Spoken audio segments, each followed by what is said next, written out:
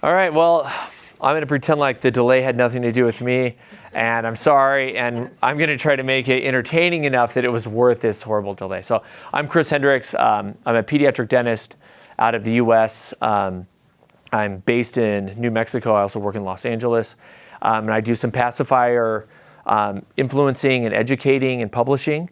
And Nook was great enough. We are part of the International Academy of Paediatric Dentistry annual meetings in Cape Town this year. We're going to be down there later this week. I'm speaking there as well. And Nook was awesome enough to ask me to come in while I was here and let me see the great city of Johannesburg and also share this with you guys. So we're going to get after it. This is our overview slide. You guys will get a handout of the slides, and we're going to talk about all this stuff anyway. We're basically here, we're going to talk about how habits, finger sucking, thumb sucking, pacifiers, how they affect us beyond just the obvious, which is teeth and malocclusion, okay? We won't waste a ton of time on it. This is me. I trained in Missouri, if you even know where that is, right? I did my pediatric specialty residency. Oh, that's what's up. And together with my wife, we own several multi-specialty dental clinics in the U.S., and I also own a therapy group, which includes feeding, lactation, speech and language occupational therapy, and physical therapy. So I'm lucky enough to work with a lot of them as well. So I'm a pediatric dentist, which means I have to entertain young kids every day, and I am a clinician. I'm in the clinic most days. So we are starting with a quick story, and I will make it brief. But we got to imagine it's 1845. We are in northern Germany, and we need a gift for our 3-year-old son. So this is the psychiatrist who would later become an author, Heinrich Hoffmann. He needs a story for his 3-year-old. So what do you get for a 3-year-old? You want a storybook, right? Well, there's no storybooks available. He goes to the market or whatever. He can't find what he wants. So he has to create something. So what he does is he creates this book, which maybe some of you have heard of. It's called the Struwwelpeter. Okay, and the Struwwelpeter is a collection of cautionary tales written by Heinrich Hoffmann, inspired by scenarios he's seen in his psychiatric practice. And so he writes a story, and this is supposed to inspire his kid. The Struwwelpeter, he's kind of an unruly kid, and this is geared for children from 3 to 6 years old. Okay, so the story we're going to look at is one of these 10 cautionary tales. This one involves the young Conrad. Okay. So Conrad's mom's going to go shopping. And if you don't read German, which probably many of us don't, well, I'll just summarize for you. She says, Conrad, be a good boy. Don't suck your thumbs while I'm away. And this is all kind of told in rhyme. It's very cute. Because if you do, the tailor, the guy who tailors your clothing, or in some translations has been called the scissor man, is going to come and lop your thumbs off. So mom leaves. What does Conrad do? Thumb in his mouth. Uh-oh. That's not good. Guess who comes? The scissor man comes. And he brings his giant scissors and he lops off Conrad's thumbs. The 1800s were a different time, weren't they? So Conrad's mom comes home, and poor Conrad, he's got no thumbs left. And in like beautiful little poetry, you know, they're gone. So there's the tale of Conrad. So my children hated this story, by the way, which I would sometimes read to them, and they absolutely hated it. And what I want to ask the question for us with this is, why was Heinrich Hoffmann even thinking about this in the 1800s? In the 1800s, he knew nothing about palettes. He didn't have cone beam x-rays that we're going to look at. He didn't have finite element analysis, which is like sophisticated engineering of how things apply pressure in your mouth. He knew nothing. But he knew that he didn't want his 3 to 6 year old sucking his thumb, right? So I wonder why. So let's meet this guy. This is Conrad today. It's not Conrad, but this young man's in my practice, and he shows up, and they want something to make him stop sucking his thumb, okay? His grandma's with him. She's like, he has to stop, okay? And what are the, so we look at this guy, and as a dentist, and I know I'm the dentist in the room, but what are we looking at? We can see a whole bunch of things happening with him right away. If you can't tell, there's a bunch of plaque on the teeth. It's all fuzzy. That's probably because he's open mouth breathing, so he's drying out his mouth, so he's getting like excess plaque. He's got a bunch of steel crowns on there. Tells me he's been getting cavities, which again, a guy who's breathing with his mouth open is going to have cavities. He's also super crowded. Here's a tooth right here trying to grow in, should fit there. Another tooth should fit right there. There's clearly no room, so he's very collapsed, and you can just see how narrow that palate is on this young man. It's not good. Well, what's the problem? He's been a habitual thumb sucker, this guy. He still can't stop. So they insist he has to have a dental appliance to make it stop, okay? And I've got mixed feelings about these appliances, but anyway, we made him one. And then we made it again and again. So each time we made it, it got bigger. It started with just a loop, and then it added these kind of spiky things, then it added this bar, because dang it, he was still trying to find a way to do it. But it worked, I'm right? Like, look at this guy. You know, teeth closed right down. And in the dental world, we would look at this and we might call it a success. And these are the collection of appliances that dentists, orthodontists typically have in the toolbox if someone says, hey, let's stop a sucking habit, okay? This bad boy here is called the hay rake. At least this is what we call it in the US. This is called the bluegrass. It has a bead that spins. We call this the tongue crib. This is a combination rapid palatal expander plus tongue crib, and that's a standard tongue crib. And these are all appliances we've used throughout our office. The problem is what you'll find is most dentists, orthodontists are actually not recommending these, and most people aren't really talking about them. And if you look at the data, like, why do dentists not talk about these? Like, why are we not using them? I mean, obviously my practice did one. Why are we not doing it? Why? Because we're afraid. We're scared of what parents will think. We're scared of what kids will think. Can you imagine getting that thing glued in your mouth? I mean, it's almost in some ways like the equivalent of the scissor man coming. It's really brutal. And so there's a crazy, in the 50s, they ran some studies on these. This is so great. The hay rake, you remember the hay rake, the little spikes?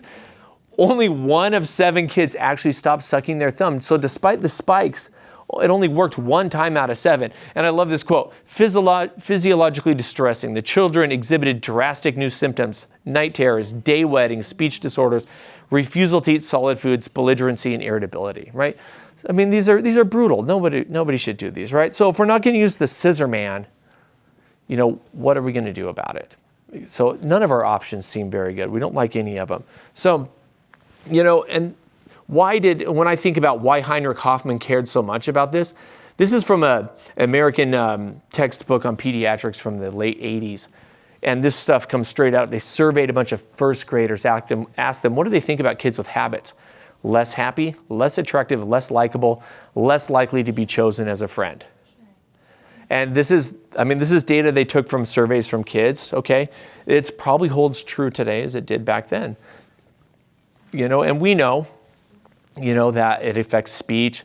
You can get calluses on your hands, affects attentiveness. It's associated with a lot of other disruptive behaviors in children. So we in the healthcare practice, you know, we don't like to see these habits, but we need to understand, you know, what's happening with them and kind of where we're going. So we're going to look here, and what I'm going to throw out there is this idea that if we can establish better sucking habits, we can avoid some of these things if we do it correctly. And we're going to look and we're going to talk about all those things, but we don't have to have this outcome. And Mick's a great example. He didn't know I was going to talk about him, but his dad told me his dad threw away his pacifier. Well, I'm sorry, we call them pacifiers in the US. So it's just, you know, dummy, right? His dad threw it away and he started sucking his thumb afterwards. So that was obviously mistimed. But, you know, so first thing we want to do is we need to look at, and you guys know this, and so this is really kind of relevant stuff for you guys, but have you seen this? Breastfeeding yoga. It's not a thing in South Africa. It's a thing in the US, okay? You can really get popular by breastfeeding your baby in odd positions. I've got one of these moms in my practice, and it's a treat. Anyway, I brought up, she's like, I do that. I was like, right on. Okay, so children are born, we know this, and you guys know this especially here. Children are born with an innate sucking and rooting reflex, right? The rooting is you touch them on their cheek and it kind of turns towards to find the breast. And the sucking is reflexive during the first 2 to 4 months, meaning, right, if you get something in their mouth, they're going to automatically start sucking. And this is super, super important, right? Because this is the initial reflex that's going to give us life and it's going to give us our food. And it's the most important thing beyond breathing that the child is even going to do. You know, and of course we know this, but what's important to realize is that it's also a key component in the oral facial development and development of what we call craniofacial respiratory complex. That's this entire complex, okay? That's all based in this suck, swallow, breathe pattern that's going to develop right in infancy. That's going to affect the way we're going to grow in a really, really significant way. And we're going to look at that a little bit today and understand that it's much more than just the sucking. So we know the sucking is important for feeding. And I think a lot of times in a therapy setting, that's kind of our number one thing is, at least with my therapist, is like, can we get this kid feeding? Can we get this kid feeding? We see a lot of kids in feeding distress. What do we need to do to get them feeding? Okay, now that we've got them feeding, now what? Now what do we do about this suckle reflex that's still digging hard? Or what do we do when it moves from the reflexive state into a more voluntary suck, and now we're choosing to suck in different ways, and how are we managing that? This is a great picture from a mentor of mine who published a study that shows that the weighted pacifier applies more pressure than orthodontic appliances to kids, and that means braces. So if you put in the pressure of braces and you compare it to the pressure of that bad boy with the little stuffy on it, I don't know if these are popular here, but geez, you see these everywhere in the US. So if they're not here, they might be here soon. They're really not good. So a basic definition, non-nutritive sucking. So that's any sucking that's going to happen that's not for the purpose of eating. And it can also happen at the breast. Some kids will non-nutritive suck at the breast, which is okay too. Once these habits move beyond building the ability to feed, and they're going to turn into what we call parafunctional habits, or pernicious habits. In the US therapy world, they're referred to as a pernicious habit. I mean, it's a habit that can slowly cause problems over time. But it's really important to realize here, sucking usually represents one of the first pleasurable experiences an infant's going to have in its life, right? So we associate that with feeding. That's a positive. That means there's going to be endorphin release. So this suck is super important. So the idea that, Mick's dad could say, hey, I'm going to take this away from you. Now you can't have this positive thing in your life that made you feel good. You're going to replace it with something else. So it's more, and that's why you put a hay rake in a kid, it's usually not going to work, because they want that endorphin fix more than they care about those little spikes. So let's dive, before we can really get into it, and the crux of this is that we're going to really dig into some anatomy and some definitions. I think understanding that's going to help us understand big picture what's going on. So I wanted to talk about this craniofacial respiratory complex. Okay, it's a really long word, but basically it means this is your nose. We know the roof of the mouth is the floor of the nose. This is a cone beam slice from a patient. You can see that right there. This oropharynx, so that's from the space basically at the end of the palate all the way down to the uvula here. This is the oropharynx that we're breathing through. And this is highly implicated in sleep disordered breathing and other breathing problems. It's going to be size and shape of that. So that's this whole area through here is going to really be affected by this craniofacial respiratory complex and how it develops based on sucking patterns, breathing patterns, swallow patterns. All these muscles are going to move together to help develop it. And how that works is this concept called, I'm going to go through a bunch of them. This is called modularity, okay? This basically means that anything in the body is built up of smaller components. Collection of smaller components come together, that makes a bigger thing. Those combined with other things make something a little bit bigger. So if we're looking at the craniofacial complex, we're looking at a combination of, we got the maxilla, we've got the nasal passages, we've got the orbits, we've got the zygomas, we've got the frontal bone here with the brain development happening behind that. We've got the mandible and the way it's affected. All these things are going to come together in their distinct little modules. And what's important to realize is no module acts alone. You might have a small module, but it's going to work with something else. And that's what we call integration. That's where all these little cranial modules come together. They integrate to make a greater whole. And what's important to realize is that any one's development is of course going to affect something next to it, right? So there's some good examples, some gruesome studies from like the 30s and 40s where they drain eye fluid out of rats, and they would watch in babies, and they would watch that the orbit wouldn't grow. And because that orbit wouldn't grow, everything around it would distort, and they'd get a completely distorted face because they were missing that fluid. Meaning one module gets goofed up and the integration of all those other things come together. So when we're talking about, if we're going to mess with this module, how's it going to integrate to everything else that we're doing? Another super important concept is called drift. I know we're blazing through these. I know you have slides, so you can look at them if you care. You want to dig into it later. But this is how the face grows, and people do not understand this. When I'm in practice, their kid's like hella crowded, looks like little Conrad, right? And I'm like, your kid's a mess. They're like, oh, he's going to grow out of it. Let's talk about how you grow, okay? They're going to get a lot bigger. Yeah, we're going to grow at different times and places. In the face, we're going to get most of our growth before age 9 in the front part, and then everything's going to push forward. So in the jaw, if you're crowded, your growth is happening back here, and it's actually translating that whole object forward. That's called drift. Drift, and we're going to talk about with the palate and the nose, is a very important concept. The lower jaw, it grows, but it doesn't just grow uniformly. It actually grows in the back and pushes itself forward. So it's going to mature faster in the front and then move itself forward.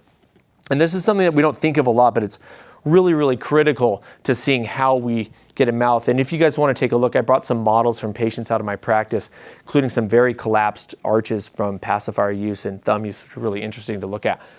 This is a classic model. We see it a lot in dentistry, but bones moving this way, it's being erased on this side and it's growing on this side. So as a bone moves, and this isn't true of every bone, but these bones we're talking about, they're going to move one direction, they're erasing on one side, growing to fill in the back, and that's how we're moving. So old bone from this side is going to end up over here at some point, right?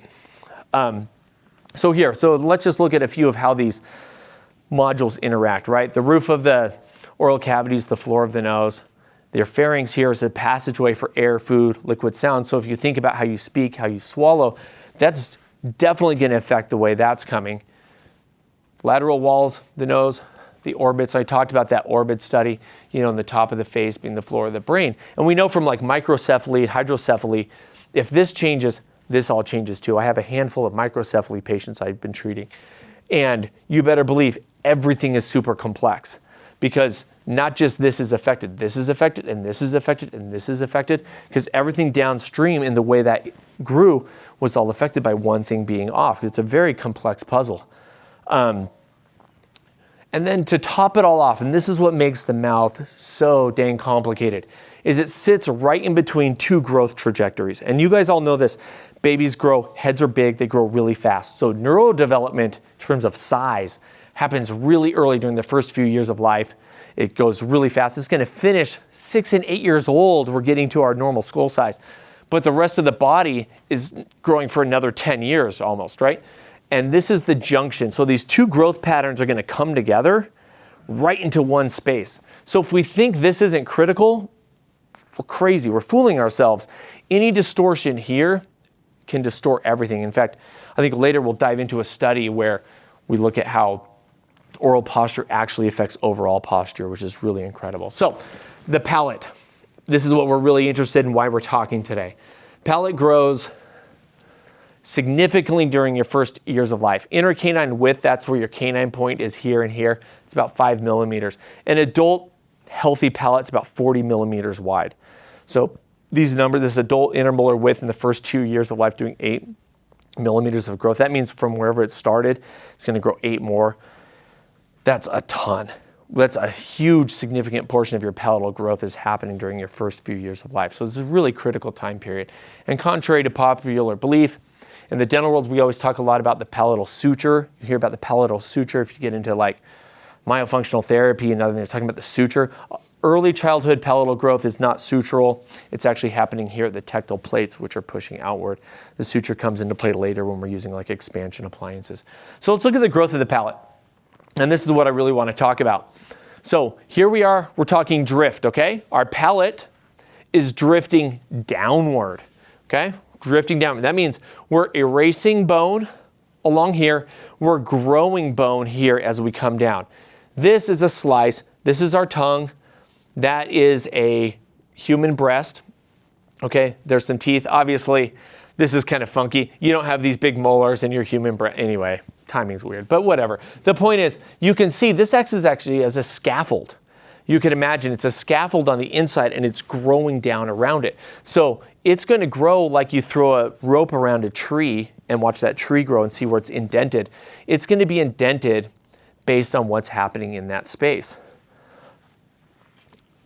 So here you can see that's just a slice thrown over onto a cone beam slicer. You can kind of appreciate that in real life, not just in a drawing. So now, dummies, for non-nutritive sucking, right? Whew, we're finally there. So we push through that anatomy. That just gives us an understanding. We're going to reference back. Okay, so this bad boy, the old Soothie, this thing is super popular in America. okay? This thing is given to every single baby born in a hospital. I don't know if there's any exceptions. I haven't heard of any. There's some companies that have pacifiers. They try to get into hospitals, but this Philips Avent Soothie, this is the number one. And you guys understand why it's so important, right? For feeding, right? Do you guys use these here? No? You maybe use something similar. Why we love them is you can stick your finger in there, and you can put your finger in there and you can use that to stimulate that infant's mouth. They're great. They're a little bit stiff. They're great if you have a tongue that won't cup during the feeding process. You can use that and you can actually visually see is that tongue cupping up around this thing. They actually have some smart versions of this that have sensors built into them now that we have in a lot of US NICUs, where you can really see what's happening orally with the baby, because you guys know that suckle pattern is a really key indicator in neurodevelopment. It's got to go, and I think you guys know this. So this Soothie is kind of like been the US go-to. The problem with this Soothie is its strength is its weakness, right? Because it's so small and kids get used to it and it's that pleasurable thing, they don't want to get rid of it. So you used it to learn to feed, and now it's your new best friend forever and ever. But we know they're really helpful. So here we are. You know, there's been a lot of research done on this, okay? And you guys all know this. But the question was, these guys looked here at, should they be giving out pacifiers in hospitals? Should it even be a thing? The answer was yes, it should be. Okay, and we're looking at 23 randomized controlled trials looking at over like almost 1,500 infants in total. And the answer is yes, it improves feeding and neurodevelopment in these kids. And kids are spending less time in the hospital when they're using pacifiers. I think that makes sense to you all, but that's because they're building that strength for one of those key reflexes in early life. If you can't feed, you're never going to put on the weight to leave. You've got to be able to feed, whether it's a bottle, it's a breast, no matter what it is, you have to feed. And this can help build that feeding. And we also know that there's that neurocognitive effect happening too, that the suck is working in concert with that, and you really need it. Another super important thing on these pacifiers, right? Another meta-analysis done on SIDS, where they looked at, you know, do pacifiers help kids die less frequently from SIDS? The answer is absolutely yes. So in the US, our American Academy of Pediatrics recommends that infants should breastfeed first, and once they've established feeding, they should start using pacifiers, and they should use pacifiers nightly, at least through the first 6 months of life, to lower the risk of SIDS. And we've found, our studies show that there's a 95% reduction in SIDS for kids using pacifiers. So. Sorry, is that for term babies, for everyone across the board? Everyone across the board, right. Yeah. So obviously, like, and we were just talking about that, we're looking at some products that today that, you know, show that your baby's heart's beating at night, right? What's the number one fear of a parent? That precious little object they brought home is not going to be breathing. And I get it too, because I'm also a father, and you just bring home this thing, you're like, oh my gosh, it's so delicate. Am I going to break it? Am I going to drop it? Am I going to kill it like I did that plant? You know? And this shows you it's super important. So here I am. This is my practice in LA. And I'm on my way to LA one day, and I'm in the airport, and I see like a 3-year-old sucking on one of these Soothies. I was like, come on, man. Like, what the hell? And I was like, this is ridiculous. I get back to my practice in New Mexico, and I kid you not, like a day later, I see a 3-year-old sucking on the same thing. I'm like, you have got to be kidding me. And he wasn't actively sucking it, but I could see they had it with them. And I'm looking at this kid's mouth, and I was like, oh man, this is bad. So we worked with them, and we educated, but I stepped out of the room, and I was like, I'm venting to my staff. I'm like, I am over this. This is so bad. They're like, you should put a TikTok up. I'm like, all right, give me that. So I take a pacifier. I took a scan that I had from a kid who had collapsed their arch. We made a model. I sat down. I whipped out a TikTok a few years ago, and I basically just vented about how I feel about this Soothie. And guess what? It struck. And my staff called me that night. Have you seen this thing? Like, it is blowing up. And the phones we were getting reviews, like random reviews to my office of people who loved it and hated it. And there was so much controversy around this Soothie, and it really hit American moms hard, because every single kid has that pacifier, every single one. And tons of them have been using it. And when you sit there, and I have both these models are printed on the table if you want to touch and feel them, but it is super scary when you see that mouth. And when you see that mouth in practice, you know, when you're a parent looking at you, you just see your beautiful little kid. You don't see the things that are wrong. And when you look objectively, and especially when you pull a mouth out of a body, you're like, oh, that's ugly. That thing's really messed up. And it is. So it hit hard. And this is the collapse. It's a 2.5-year-old male. Collapse starts from Suthi overuse, okay? And obviously that looks terrible. And we're going to look at that, you know, into the dental audience, we can talk about the dental problems with it, but there's a lot more than just the teeth with it. So there's this thing called epigenetics, and epigenetics is when you introduce something that changes the expression of your genome, okay? Your genome is, I'm supposed to grow into this. I put a force in there, and now I grow into something different, okay? And this is a good example of an epigenetic force, where if I take a Suthi pacifier, I slap it into a mouth, and then I grow around it. Remember, my drift model, I'm growing down around this thing. This becomes my new scaffold. My scaffold before was my mom's breast, and anybody who works in feeding knows what a mother's breast looks like immediately after a kid comes off it. It does not look like that. And it doesn't look like any product they sell that they say looks like a breast. Because if it looks like a breast not being fed on, it doesn't look real. And that's the issue. So look at how this changes forces. So as this is coming down, I'm sucking in through the cheeks, I'm collapsing in the sides, I'm pushing out on the bottom, I'm collapsing in on top. And what is supposed to happen with all this stuff? Where it's normally supposed to be scaffolded appropriately, it's no longer scaffolded appropriately. And that's going to cause me a collapse. Well, again, we talked about how this growth finishes so early in life, then it carries on. Well, look at this.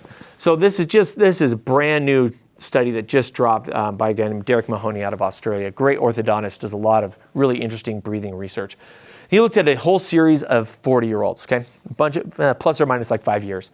He took patients without sleep apnea, and then he took patients with sleep apnea.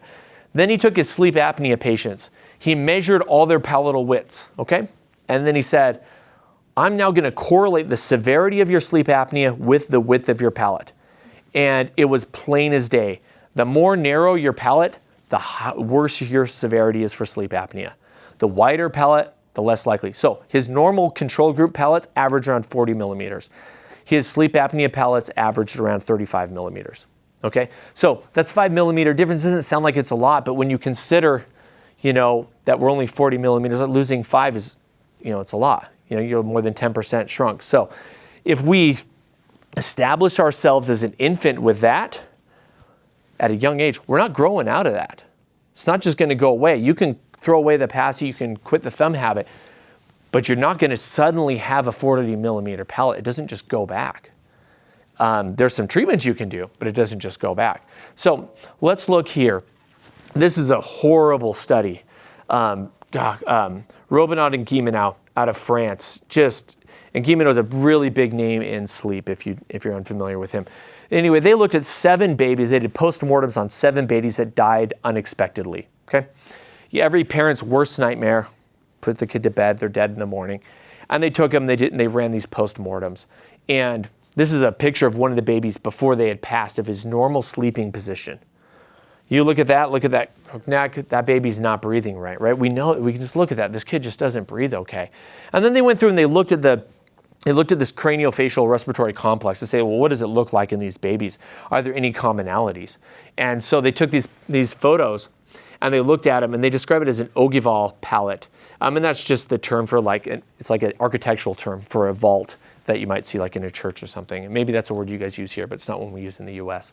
But look at all these palates. Boom, boom, boom, boom. They're all super narrow. They look just like those collapsed palates that we saw. And also, I mean, take note. Holy crap, look at those nasal passages, right?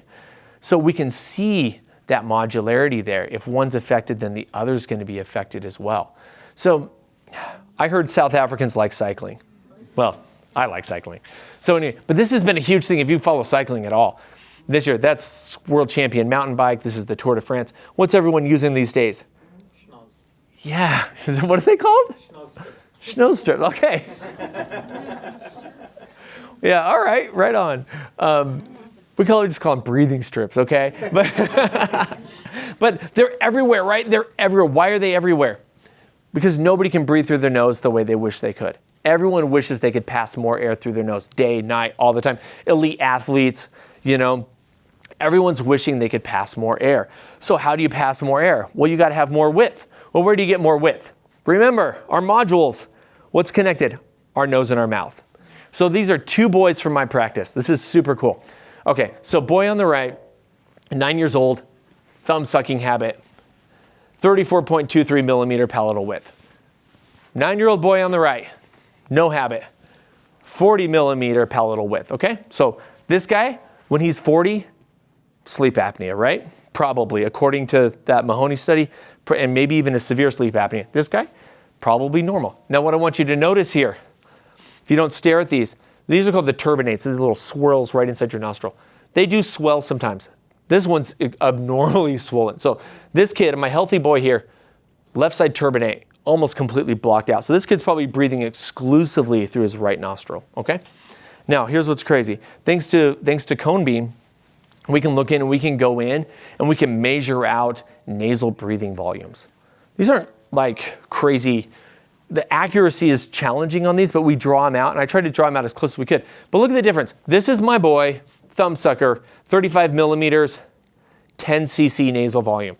This is my non-thumb sucker, exact same age, with one part of his nose completely occluded, 18 cc nasal passage, okay? That is a massive difference, right? It's a massive difference, almost twice as much air. So who's gonna need the schnoz strip? This guy, right? This guy's for sure gonna need it. Who might not need it? That guy might not need it, okay? And look how it starts in our arch. Okay, I mentioned this earlier, but this one's insane. This is a killer study. They looked at kids with open bite malocclusions from sucking habits, and they went through and they looked at their entire skeleton to figure out how that all played out. And you know what they found out? Kids with habits were more likely to have pathologic posture and gait. Okay, so when somebody brings their kid in, they're like, oh, don't worry about the teeth. Oh, don't worry about their mouth. Are you kidding me, right? So when we're working with them as babies, when they're so easy to mold, there's so much to think about. On one hand, we're like, we need you to have a pacifier because I don't want you to get SIDS. That's a really big deal, and I need you to feed strong, and I want to develop all those good things. And you know what? Sometimes I just want you to shut up. We called it the plug in my household. Like, oh, put the plug in that kid, or you might need it on an airplane, or they might need it to get shots or something. Like, you need these tools, but you sure as heck don't want their palates to end up like the Guilleminot study. So the question here, how do we have our cake and eat it too? How can we have everything? How can we have it all? Well, it's really a function of size, shape, and size. And that's my beautiful, now 11-year-old on her little Nook back in the day. So let's look at this. So people ask the question, does the size, shape of these things really matter? Based on our understanding, we look at the way the anatomy works. Absolutely, right? There's no way you could argue that size and shape do not matter. They 100% matter. And even anecdotal evidence out of my office or studies, it all kind of shows the same. But there's some problems here, and this is where we're going to get into a few things. And this is where I got my start in thinking about pacifiers. And you guys are familiar with these here. I think we saw a sign as we came in from the airport. This is a myobrace, if you're unfamiliar. The concept of a myobrace is it's a rubber mouthpiece that you wear. It postures your mouth, lips, tongue in the proper place. You close your lips or tape them over the top. You breathe through your nose. And by posturing yourself in the most ideal way, your craniofacial respiratory complex grows better. And you know what? It does. It's a pain to use. They're awful. It's really hard to get the kids to use these things. But the point is, you can take a hunk of rubber, throw it in a kid's mouth, and with good design, you can create a more healthy mouth.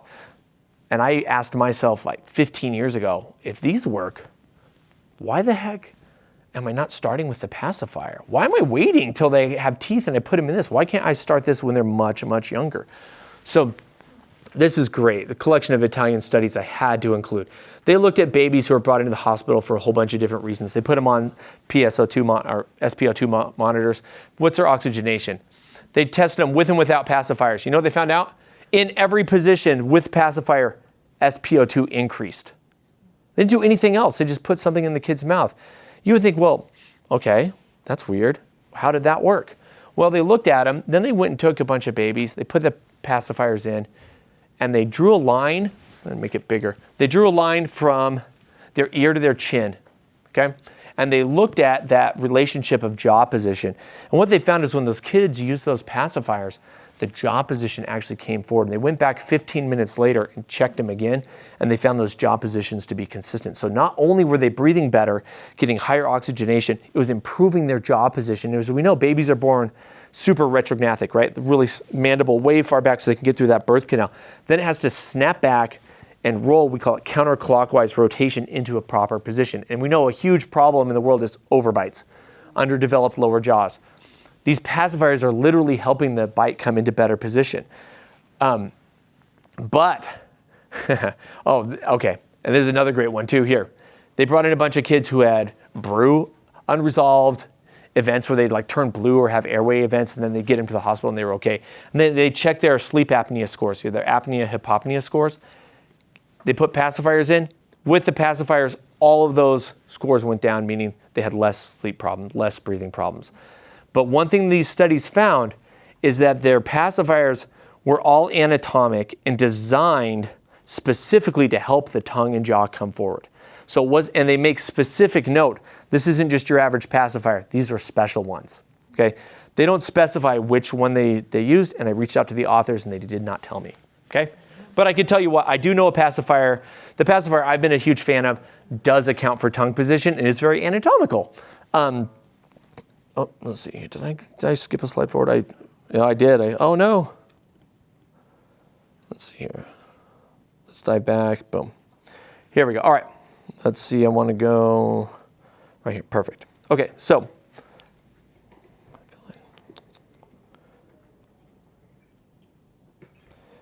All righty. And we are back. Okay.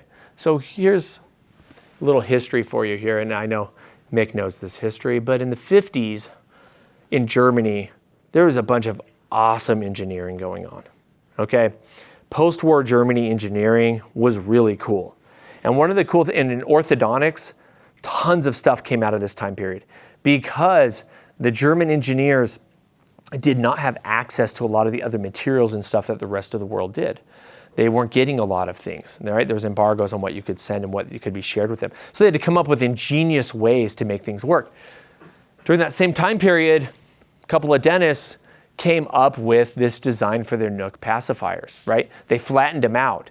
And for the first time, somebody took an anatomical approach to saying, hey, we should make these better. These guys did not have my cone beam studies. They did not have a lot of modern engineering. They just had a really great idea. And they, and this design's, been tweaked over the years, but they came up with this idea of what they thought would mimic the shape of a mother's breast while it was being sucked upon. Because we know what it looks like on the outside, just there, and what it looks like when a kid's feeding are two different things, and they did the best they could. And this is also the same time Frankel, if you guys know the Frankel appliance, there's a lot of genius orthodontic dental engineering coming out of Germany out of this time. It's no coincidence, I think, that some of these developments came in that same time period. And these guys came up with this better design. And you'll notice it's flatter, it curves upward, it's much more narrow, and it's designed to help avoid some of these problems that the kids have. So the question is, okay, do they work, right? If you ask my boys here at Nook, they're gonna say, yeah, of course, these are great. And you go out there and you grab the greater body of evidence, and oh my gosh, the most American thing ever, right? Class action lawsuit over the damn pacifier. Is it better? Mom says, I bought this pacifier, it said it was better for my kid's occlusion, but there's studies that show it isn't. She won her class action lawsuit in 2019. So if you bought a MAM in the US between 2017 and 19, you can get like $1 back on your purchase. Her major complaint, she overspent for a pacifier that should have been better. So the question is she right? Is she correct? So there's conflicting data out there. And this is such a challenging area to study because we have kids of different sizes. We have all these different varieties. We have conflicting terms in the literature. It's not clear what's an orthodontic, what's a non-orthodontic, what's physiologic, what's anatomic if you read the studies. And we find that some big reviews are showing that shape doesn't matter that much. And then you grab a new systematic review and you find, oh no, it looks like shape does really matter. We're getting really different outcomes. The question is, why isn't it so? To me, it seems so obvious. I put together my slideshow. It seems obvious, right? Like this better design has to be better. It's flatter. These Germans were really smart. Well, we're learning now that they were right. It is better, and the newer data you get supports an anatomic, orthodontic shape, if you will, much more than the old data shows. So this is finite element analysis, okay? This is an engineering tool that we're using now. We're using it in like automotive crash testing. It's a way you can see how something will act under pressure. We're applying it now to pacifiers and looking at how a pacifier interacts with a child's palate during development using this high-tech engineering methods. And you know what we're finding through this methodology is that the shape really, really matters. And this FEA is showing us how disproportionate the force distribution is. So if we want something that's much more natural, we know we want something that's much more breast-like in terms of how it goes. Well, we're achieving that, and we're able to achieve that through these FEA methods. And what they're showing is that some traditional designs have been terrible, and some of the, like this 50s Nook design is actually pretty damn good. And it accounts for some good things. And our Italian studies that look specifically at jaw position don't specify where they got their pacifier, and they wouldn't tell me either. But they note that it moves upwards, it's wide around the palate, and it has a concavity or a space where the tongue can elevate forward to move the jaw forward. So take what you want from that. There's no more detail than that available at this point. But FEA, what it's really proving is a valid design tool. It should really be the standard by which we look at every single item. So for me, if I go to the store and I want to buy a pacifier, I should not go buy something that looks cute with my wife's outfit or looks cute in the stroller. Like, that would be a good choice. But what I really want, because now I'm looking at a medical device and I understand it can change the way my child's growing, I really want something that's been proven, and I want the best possible data to show that. And that's what this new data is doing for us. So as we're pushing to the closing line here, I want to talk about this other problem. This is one of the big problems that we have in the existing data pool, is the fallacy of chronological sizing or age as a size metric, right? Age is not a size metric, right? Okay, so this Natursätten, bougie pacifier out of Scandinavia, sold in the US, right? Okay, it's 0 to 6 months. Okay, which baby are you gonna give it to, right? And we know this from our own, like my children came in 3 different sizes. There's no way that you could take the same thing and put it in their mouth. And we know from orthodontics that things have to actually fit in your mouth. If it's not the right size, it can't support growth. Or look at like shoe binding or some of these other things, right? If you put something on that's the wrong size and leave it for too long, it's like a tree, you're gonna grow around it. And especially with the way our palate's growing, we need something that's gonna scaffold and support more like the tongue. So we can't use age as a size metric. And that really falls upon the parents. So I recently published a study on this with some colleagues, and we looked at pacifiers in the US that you could get at big box stores to determine, was there any methodology to the sizing? The answer, absolutely not. It's all over the place, right? Every manufacturer is in a completely different place. We have some manufacturers who use the exact same width and say this is for all ages. We have other manufacturers that change at different times. You need a pacifier that can size up with your child as they're growing, because there's no way as that palate gains 8 millimeters in the first couple years of life that you can keep up with that with one appliance. We know that's impossible. You wouldn't do it. Ask the MyoBrace guys downstairs. They wouldn't use the same MyoBrace for all arch sizes, right? Like, it has to fit. And it's the exact same concepts here. So what's the future of pacifiers? The future of pacifiers is biometric sizing. There's a company, the Pacified app here, which I have no financial stake in. I have contributed data to it, okay? That's my affiliation. I've contributed data to this app. What the Pacified app does, and I don't know if it's available outside of the US, I know that it's partnered with US manufacturers, including all the major brands in the US, including Nook and others. And what you do is you put in information about your baby, and it uses an AI engine to determine the size pacifier that would best support your particular child. And then it uses that AI engine to determine the growth vector for your child and help better give you an idea of when you should be changing. Because your kid you might buy a 0 to 6 month, but it might have grown out of that at 3 months, or might grow out of it at 9 months. It just depends on your child. And we're using very sophisticated facial anthropomorphics to help do these determinations. It's a very cool product. It promises the idea of even potentially individually designed and fit pacifiers for kids at some point. Here is the algorithm you never knew you needed. This is my Dr. Kris. He is special here, my pink and black. Oh my gosh, what do I do with a pacifier, right? It's so hard to know because people are going to ask. And especially now, I think, as a lot of us are working in the frenectomy space where we're dealing with kids at a much younger age. I don't know who in here is doing frenectomy. Yeah, right, like tons of us. Okay, when you do frenectomy, you deal with this kind of stuff. It matters. If you're not dealing with frenectomy, maybe you don't see that kid till they're, theoretically at 1.5. A lot of parents don't bring them till they're maybe 2 even, I think. And by the time they roll in, they might be past this like non-nutritive sucking phase, or they may have chosen a particular way that they're going to do it, and they're not very flexible and changing. But when we see newborns, and this is really when I find I have the most effect with my patient base, is when they bring me that baby, they're fresh from giving birth, they're having a feeding difficulty, and I can sit and talk with them. And that's where it's really important to understand those feeding reflexes, understand about having a team that you can work with and some of that stuff, and then really educate those parents in a meaningful way. So my recommendations, avoid digit habits. Don't turn into Conrad, okay? They find that kids who start with pacifiers do much better in terms of their odds of developing finger habits. You don't want a finger or thumb habit. They're so hard to stop. There's ways to stop them. In my practice, we're using myofunctional therapists now. We're using, just the internet methodology for kids younger, like, hey, discourage it. Don't let the kid maintain sleep. Pull it out when you can. Use it as a tool. And then we're referring them at it so they get older to our therapy team. If the therapy team struggles or somebody twists our leg hard enough, we'll throw an appliance in and try to beat it with the kid. If you do use an appliance, we're going back to the therapist to work on tongue posturing and swallow, because that appliance really messes with that stuff, which is obviously important, But use your pacifiers as the tool that they're meant to be. Understand their benefits, understand their risks, and then balance those risks. And like anything else, and I think in my previous slide, right? Frequency, duration, intensity, those matter. You can wear braces for 2 minutes a day. It's never going to move your teeth. You've seen the kids in Invisalign, that Invisalign First. What's the worst thing about it? They don't wear the damn things, right? And do their teeth move? I don't know. They're wearing them. You're like, oh my gosh. They never get any better. This is the same thing, right? You use it for a couple minutes. It's not going to make a big difference. It's that frequently being used item that's really going to make a difference, So use the best size that you can, Look at the size of your kid and make the best decision you can for yourself. And understand this, most manufacturers are selling for profit and fashion, and they could care less what your kid looks like.